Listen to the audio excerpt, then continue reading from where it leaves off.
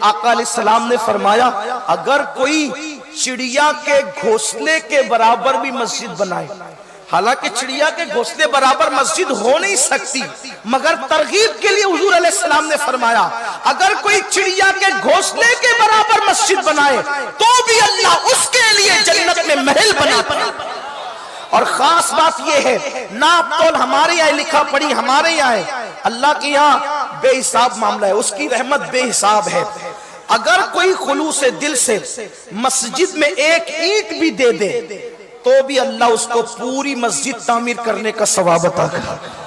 وہاں پر کوانٹٹی نہیں دیکھی جاتی، وہاں پہ نیت دیکھی جاتی، نیت۔ بس گفتگو سمیٹتے ہوئے ٹائم ہو گیا ہے کہ آپ کو بتاؤں کہ ایک اینٹ بھی لگا دو مسجد میں تو اللہ پوری مسجد تعمیر کرنے کا ثواب دیتا ہے۔ ایک حکایت لکھی گئی ہے کہ ایک بادشاہ نے ایک مسجد بنانے کا ارادہ کیا اور اس کی نیت یہ تھی کہ اکیلے میں مسجد بناؤں گا، اس میں کسی کو شامل نہیں کروں۔ اس کی ایک غیرت تھی کسی کو شامل نہیں کروں گا، میں اکیلے مسجد بناؤں گا۔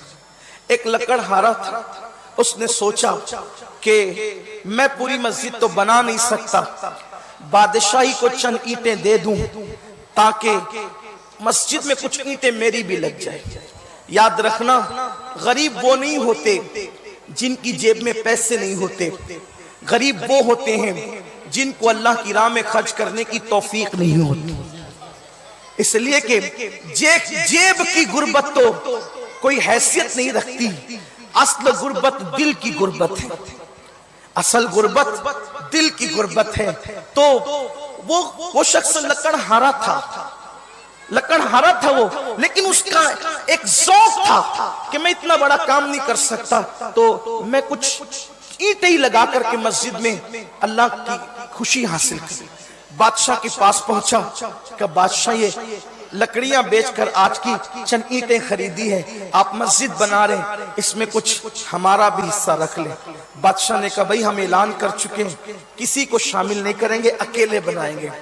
اس نے کہا ٹھیک کوئی بات نہیں۔ نکلا، دماغ لگایا اب ان اینٹوں کا کیا کروں، لکڑیوں میں اینٹیں باندھی اور سر پہ رکھا، جہاں مسجد کی اینٹیں رکھی ہوئی تھی وہاں جا کے خود کو گرا دیا، گٹھی کھل گئی، لکڑیاں باندھ لی، اینٹیں شامل کر دی، مسجد تعمیر ہونے لگی۔ ابھی مسجد کی تعمیر کا سلسلہ آگے بڑھ رہا تھا۔ ایک رات کہ بادشاہ نے خواب دیکھا کہ جنت ہے اور جنت میں ایک محل ہے، اس پہ بادشاہ کا نام لکھا ہوا ہے، اور دوسرا محل بالکل اس کے سامنے ویسا ہی ہے اور اس پر لکڑہارے کا نام لکھا ہوا ہے۔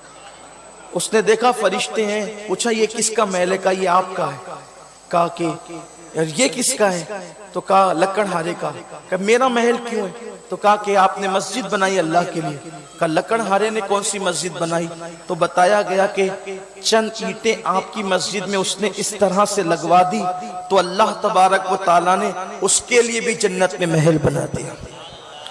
تو حضور علیہ السلام مسجد سے محبت کرنے والوں سے بہت خوش ہوتے تھے۔